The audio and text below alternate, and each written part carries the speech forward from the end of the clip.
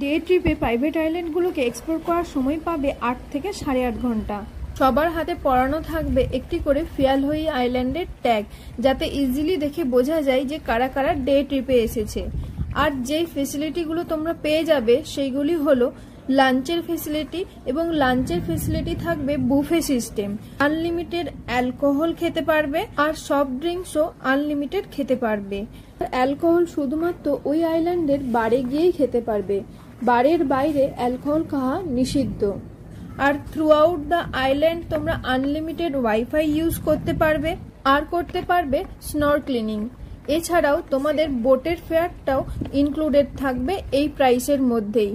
এর জন্য তোমাদের লেগে যেতে পারে 90 থেকে 110 US ডলার, যেটা ইন্ডিয়ান কারেন্সিতে প্রায় 7 থেকে 10 হাজার টাকা মতো লাগবে।